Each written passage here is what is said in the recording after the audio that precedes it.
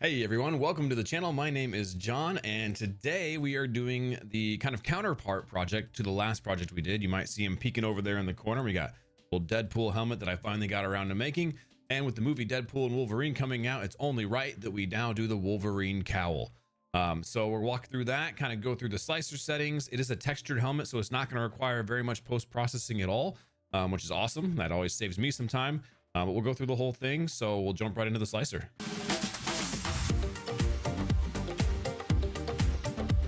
In the slicer, I'm using Orca slicer here. It doesn't really matter which one you use, but I have the helmet, and this is a little nose piece insert that goes into it. These files are from Yosh Studios. If you want to pick them up yourself, I believe you can over on the Etsy, or join the Patreon, your choice, I guess.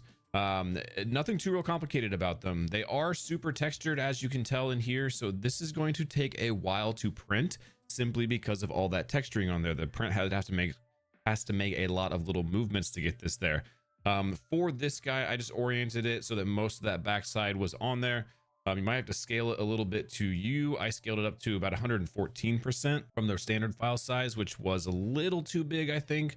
But I'm going to give this away to a friend anyway, so not a big deal. If I make one for myself to fit my head, I'll probably do like 111, 112% for like a 23.5-inch head. Show you the settings here. Quality, we're at just a 0.16 layer height. Again, for that texture, it makes it a long time to print, but with that lower layer height, it really hides those layer lines even better. Strength, I pretty much do 8% gyroid on most of my helmets. Supports, I went with normal supports on this. A lot of people will say, well, why didn't you go with tree supports? They're the God-given best supports in the whole wide world. They're not. It just depends on what you're printing. Normal supports for this were faster and they use less filament. So if we switch over to the preview here, you can see it's already been sliced. Like I said, it is a long print. If you printed it in a 0.2 layer height, it's obviously going to be about half that time. So keep that in mind depending on the quality you want. But these come off really, really easily. And this little guy, this little nose piece there supports itself just fine off of that. So that is it for that part of it. And we'll swap over to the rest of the helmet. This is a 2-plate helmet here. This is just the mask, or the cowl part, and the fans, I guess, the fins. I don't know, fins. These have to print in 2 different parts, so these will connect to here, which is glue, and then you can cover that up with some Bondo or whatever your method of covering that up is. We'll get into how I'm going to do it later. But just kind of oriented this upside down. These guys here, I did assemble everything into one object as well, so that supports support everything as one object instead of trying to support everything individually as 3 different objects. And again, all the settings are the same. The 0.16 layer height, 8% gyroid, and I am using normal supports on this one as well. And back into the preview, you can see that that comes out pretty nice. These peel out of the eyes super easily. You have a little bit of cleanup on there that you have to sand out to make it look kind of smooth, but it's nothing too crazy, and this stuff down here peels off really well. So also printed a little faster and with less material than using tree supports on this, so that's why I went with normal. And once you get everything off the build plate, it should look kind of something like this. I just print it in gray, it doesn't really matter. But we've got a nice little detail in here, so we don't want to lose any of that. You can see some of those layer lines in there. This is going to get covered up probably with a Flex Seal spray, which kind of rubberizes it, which can hide most of those layer lines with very little post-processing, so stay tuned for that. And then the actual helmet area itself came out really nice. You can't see hardly any layer lines in there at all unless you're being really picky about it, because of that texturing just covered them up really well. We'll do a light sand on this to knock down some of the, I don't know, the imperfections in that texture that you could call it, but probably just a light sand with like a 220, honestly, and that's probably the only sandpaper that'll touch this entire helmet. So this one fits a little wobbly. I think it'll be okay. And then once we throw this guy on there, obviously the magnets will hold it together eventually. I can even line this up right, but it'll look something like that. That looks pretty good. Looks decent. Again, a little too big for my head, I think, but it should make a fun project regardless. So I'm going to head out into the garage and I'll see you guys there. So we're in the garage and we're ready to start sanding. I'm literally just going to use a 220 on this, and it's just going to be a very light over. Like this will take me less than 5 minutes. Not a lot of sanding on this at all. That's probably the only sandpaper that will hit it. The only thing I'm trying to get down is, you might be able to see it in some of this light. You can see a little bit of those very, if it focuses, see a little bit of those very top superficial kind of layer lines on there. And there is just a little bit of imperfections from the print process itself. So just trying to smooth it out, not gonna take long at all. Okay, done sanding. That took, I don't know, 35 seconds maybe. While I was sanding it, there are a few little areas kind of where the supports hit in through here that I want to take off with a rasp or a file. So I'm going to go ahead and remove those. There's also a couple on the actual fins, the mask part as well. So I'm going to do that next. And then it's ready to basically wash and prime. So do you need to sand this? No, probably not. It's not going to make probably a massive difference in the way that the final product comes out. But I do like to have a nice even surface to start with. So that's kind of why I did it.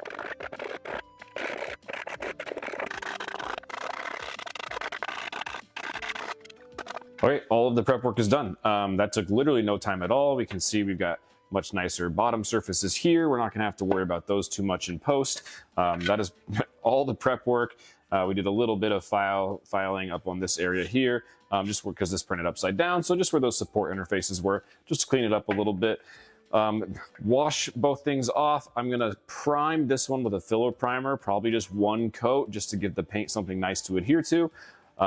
This guy is not really going to need any more sanding or priming at all, because we're going to be covering it with Flex Seal, which is going to fill in those layer lines for us and also give it a nice rubberized texture. So we'll go wash and then we'll get to priming. All right, so I kind of lied to you. I said that was pretty much all of the prep work that we had to do. I forgot I actually have to glue these things together. So I went ahead and going to do that. This is the glue that I like to use. It is amazing, and it comes with an accelerant as well. So I got to glue that together, and then we will have a small gap to fill. So there will be a little bit of Bondo work on this, but it's going to be pretty minimal, just to fill that gap enough for the Flex Seal to go over it, because the Flex Seal does a really good job at covering up pretty much any imperfections that you have on your piece. So quick Bondo, let that dry, a little bit of sanding just to smooth it out a touch, and that is all of the prep work we have.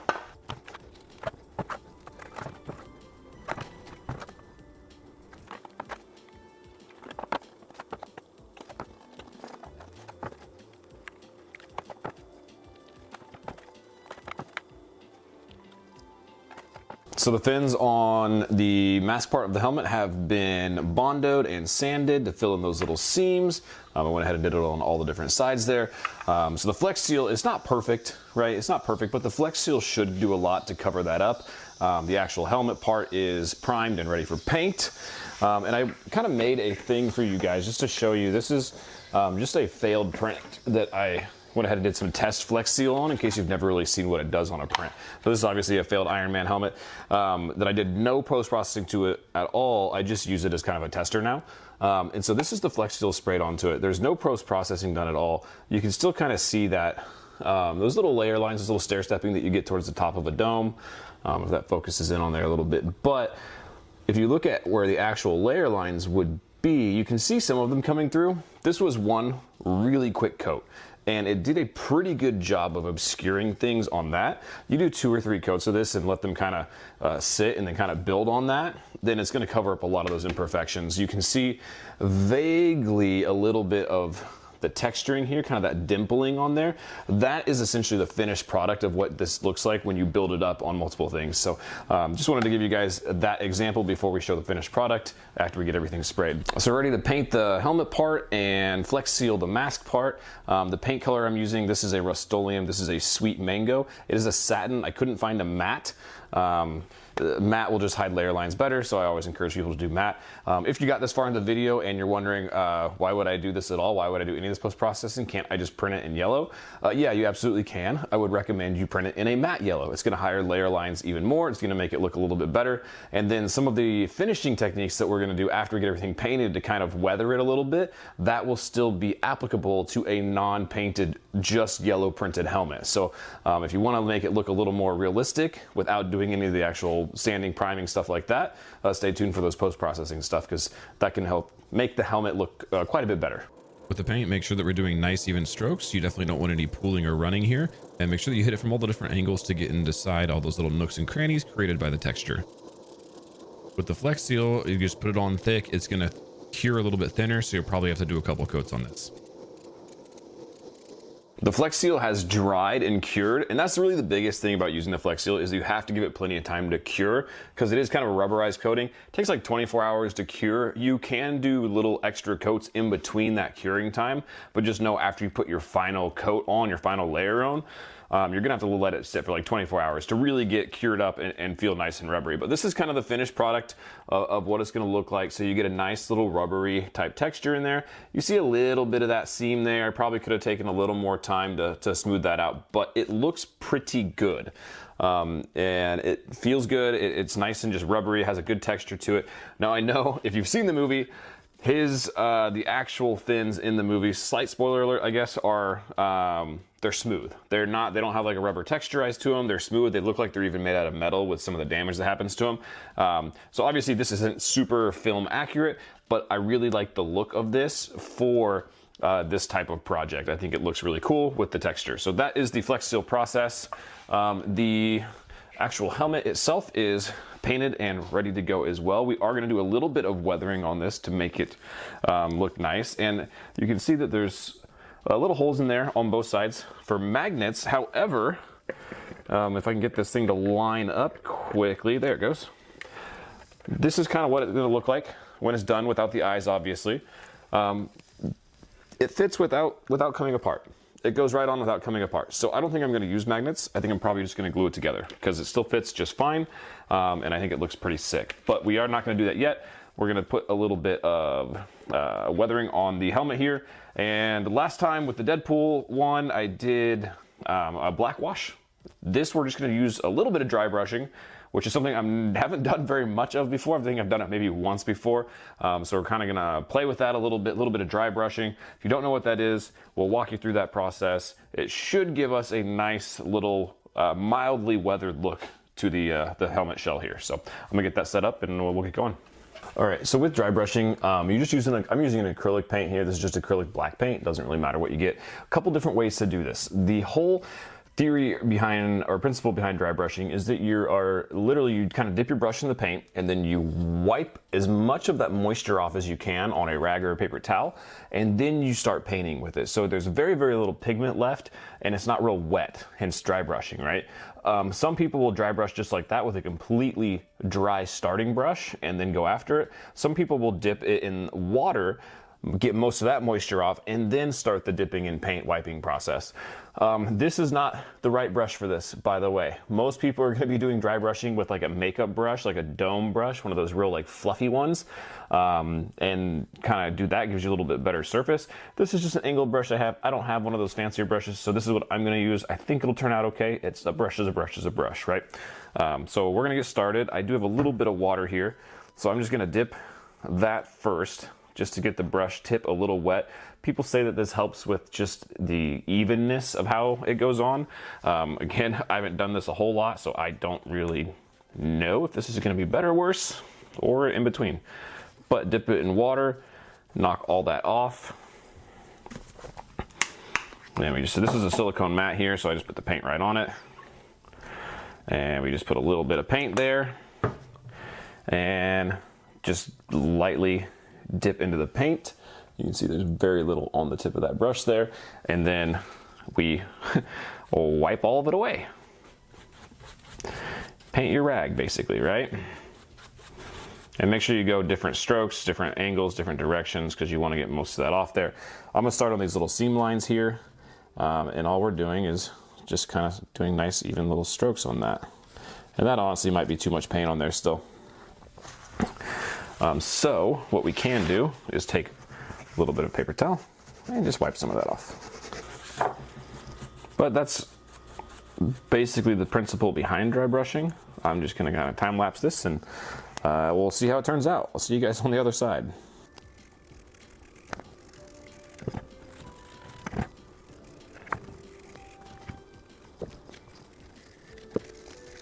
And just like that, the dry brushing is finished. Is it perfect? No. Like I said, I haven't really done this before. Let me see if I can get that to focus. But you can see how it just makes a little bit of dirtiness to it. We got like brush marks there that I could probably clean up. I probably will clean up, to be honest. Just smear it around a little bit. And we just kind of went over, almost like coloring in like a giant book. Extra attention to those little spots, the little lines here. where kind of dirt and stuff would really sink into. Did I like this more than a black wash? No, I don't think so. I would probably just do a black wash if I was doing this whole thing over again. Does the dry brushing look bad? No, not by any means. I think it looks fine. I just think a black wash was probably a little simpler and needs less stuff. But, you know, just do it however you want. If there's any dry brushing experts that come through and can tell me everything that I did wrong, feel free. I would love to learn. I know that my brush was obviously not the ideal one. But overall, I think it looks okay. Again, this is a plastic helmet that's meant to look like a fabric helmet. And so the reason I didn't do a black wash is because a black wash is really gonna fill in these lines. It's gonna sink below the tops and fill in kind of everything around, which isn't how fabric works, right? If you drop black water onto a piece of fabric, it soaks in everywhere. It's not just going to miss the high points and sink into the low points. So that's why I wanted to try dry brushing, because it really gets onto those little top points and into the bottom points a little bit as well. So, you know, an experiment. I think it came out pretty decent. I think it'll look good once it's finished. I might clean up some of these little brush lines a little bit. And it is acrylic paint, so you can just take a paper towel and kind of like wipe it around a little bit and help smear that stuff around. But we're good here. I'm gonna throw a matte clear coat on this and glue it together and put the nose piece in, and that is the whole project. Everything is done. We just have to add the eyes to the mask and then glue it all together. If you guys watch my Deadpool video, you know that I don't really care for those 3D printed eyes that come with most of these files. They're very thick, and so the visibility is really poor through them. So what I like to use are these white, it's like mesh, it's a computer dust filter, basically, that you'd put on a PC in front of a fan. These are thinner. They have really, really good visibility. It doesn't catch on camera very well, but amazing visibility through these, much better than those 3D printed ones, and they're super easy to work with. So basically what I do is I go from the inside of the mask, I just put this up against it, I just push it up with my thumb so it also gets the curvature of the eye on there, and then I just trace it out with a pencil. Trace it out with a pencil. You can see I've made some cutouts on this one already, and then you just cut it out, and then you put it on there, hold it down with your thumb, put some glue around it, spray it with the accelerator, do the other side, vice versa, and then you're done, and you get great looking eyes that you can actually see out of. And just like that, the helmet is done, and it is looking pretty nice. You can see the way that those eyes turn out looks really, really, really good, gives you great visibility.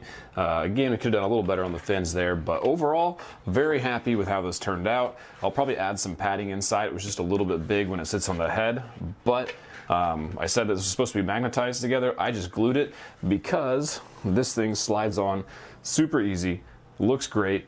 Little bit of padding to make it so it doesn't kind of wobble, and it'll be 100%. But I already showed it to my friend who's going to get it, and he was super stoked. So I think it came out really good. He's happy, I'm happy. It was a fun project for sure. And again, to kind of reiterate, you could probably do most of these steps with just printing and yellow filament. You don't necessarily need to do all the priming, sanding, and painting that I did. I just kind of, that's just my process. That's just what I do. But if anybody prints this out in just a yellow filament and does this, let me know how it turns out, because I'm kind of curious to see how the post-processing goes if you don't do all the other stuff too. So if that's what you're doing, let me know. For those of you that had a discerning eye during the filming of the video, you may have noticed that there was another one in the background. This is the first one I actually printed. This has the little chin strap as well. This is the actual file size. For whatever reason, this is the file size of the one that was up on the Patreon. Again, this is a Yosh Studios helmet. This is tiny. That is for a child's head. Generally, Yosh makes all of his files to fit for like a 24-inch head. This would fit a 9-year-old's head. Just a comparison on like the size difference here. Like, I don't know. So I printed this one without actually checking the size. So if you also got this file from the Patreon, you're gonna have to size it up. It looks like the Etsy files seem to be the right size. I don't know why the Patreon files are not. It still looks good. I'll hang this one up on the shelf. This one's going to a friend. Either way, I did them side by side. They both look pretty sick. I'm like super excited about how they came out. This one's just absolutely not gonna be wearable, but it'll look really good on the wall. So that's it, guys. Thank you guys so much for hanging out and watching. I hope you learned something. Don't forget to like and subscribe. If you have any questions, leave a comment. I'll be happy to answer them. I'll see you guys next time.